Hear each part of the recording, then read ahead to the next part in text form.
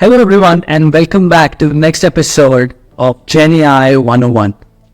In today's episode, we're going to talk about fine-tuning and why it is done. So fine-tuning a large language model is when you take an existing pre-trained model like a Llama 2, GPT-2, Vicuna or any other of the thousands of open source models available, and you train it further on specific data sets to allow it to get better in doing some specific tasks in a specific field. I'll give you an example. So you might want to fine-tune a model for a bank might to fine-tune a model for giving out loans because they have the data set of, let's say, the last 40 years of what loan applications have to process, what have they actually approved and rejected.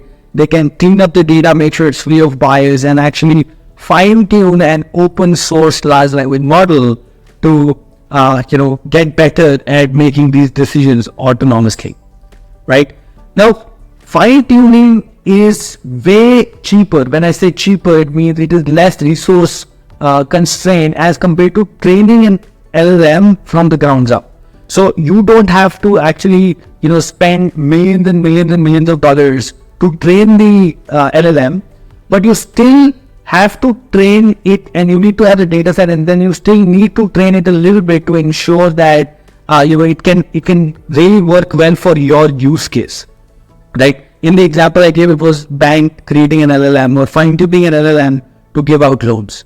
So this fine-tuning is there's a big discussion that's happening these days around whether should we fine-tune an open source LLM for like every specific use case or every different use case, or should we use directly a open source one without any fine-tuning, or should we do an RAG on top of any one of these two.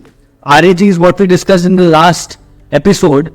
And I'll try to demystify this on whether to use RAG, whether to use it out of the box, or whether to do fine-tuning in the next episode where we explore which to use and when.